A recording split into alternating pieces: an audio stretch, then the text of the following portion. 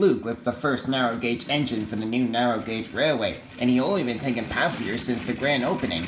And as he arrived at Edwin Station, he met Thomas, who took him to Hawksbury Yard. So, Thomas, I only been pulling passengers since the grand opening, and lots of passengers were checking out the new narrow-gauge railway. Well, Luke, I heard that more narrow-gauge coaches and cars were coming to the new narrow-gauge railway for more narrow-gauge engines when they arrive.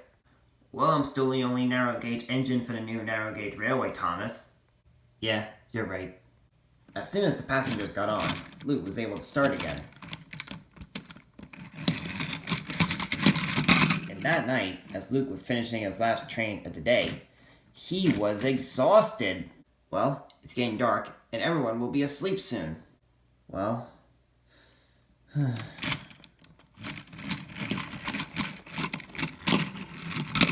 The next day, Luke met the angry conductor at the station. So you've only been pulling passengers, and tomorrow you'll be working at the Quarry. Well, back on Sodor, I worked at the Blue Mountain Quarry. And you'll be starting work tomorrow. Okay. As the passengers got on, Luke was able to start his first train of the day. The next day, Thomas and Luke arrived at the Quarry. Alright, Luke, this is the quarry that you'll be working for narrow gauge and standard gauge. And we got that thing up there where they'll be dumping rocks for the standard gauge engines. I see.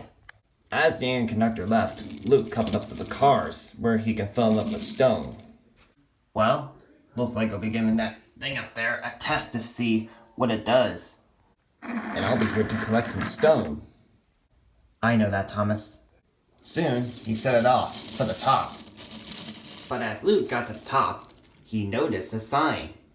Only face backwards if you want to dump the stone. Well, it looks like you'll have to turn around, Luke. Yeah, I'm afraid so, Thomas. But the sign really says, only face backwards to dump the stone. Well, you add it if you want, Luke. Yeah, you're right. So Luke had to turn around, and soon he was facing backwards where he can drop the stone. There we go, that's much better. And I'll get a cart where you can dump the stone into it. And soon, Thomas got to the bottom where the stone could get in the car. And soon, Luke's car tipped over to dump the stone onto Thomas's car. And Luke left. And Thomas left for the harbor. That night, it was very late by the time Luke finished his last train of the day. Well, it's getting late, and everyone will be asleep soon. Well, we were working at the quarry all day, eh, Luke? Yeah. Are you tired? Thomas?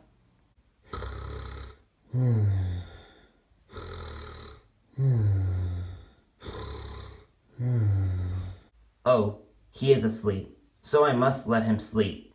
And Luke left to drop off his car. Luke was not tired from working at the quarry all day, and we will see more of the other quarry, but that's another story.